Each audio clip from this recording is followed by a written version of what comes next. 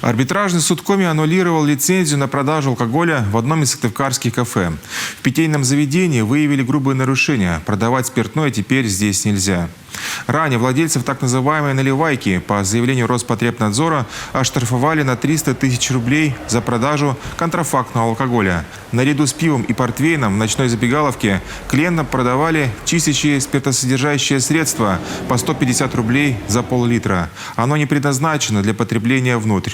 Стоит отметить, полуподвальное кафе по улице Коммунистической с самого открытия получило плохую репутацию. На протяжении полугода в полицию и другие надзорные инстанции поступали жалобы от жителей до тех пор, пока зимой приставы не прикрыли лавочку.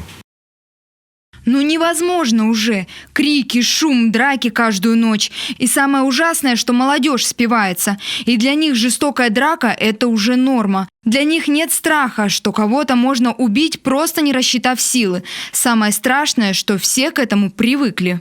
Хозяева злополучного бара живут в Архангельской области, бизнес зарегистрировали в Санкт-Петербурге. Они никак не реагировали на многочисленные сигналы, ссылаясь, что ничего о них не знают. В конце октября прошлого года Сыктывкарская мэрия направила письмо в прокуратуру для рассмотрения вопроса о закрытии заведения. Назначили ряд проверок. Сотрудники регионального управления Роспотребнадзора выявили в шумном подвале отсутствие у работников медицинских книжек и рабочей одежды, антисанитарию и отсутствие вентиляции. Продукты фасовались без цеха с горячей и холодной водой с угрозой массовых инфекционных заболеваний и отравлений. Проблемное кафе суд закрыл на 3 месяца. В рамках исполнительного производства судебные приставы при выходе на адрес осуществили опечатывание помещения, также входной группы.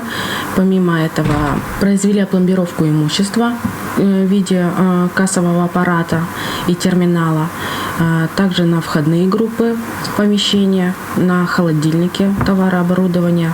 Сейчас двери заведения распечатаны, но лицензию на продажу алкоголя у них отозвали. Если владельцы не устранят нарушения, вероятно, история злополучной наливайки будет окончательно закончена.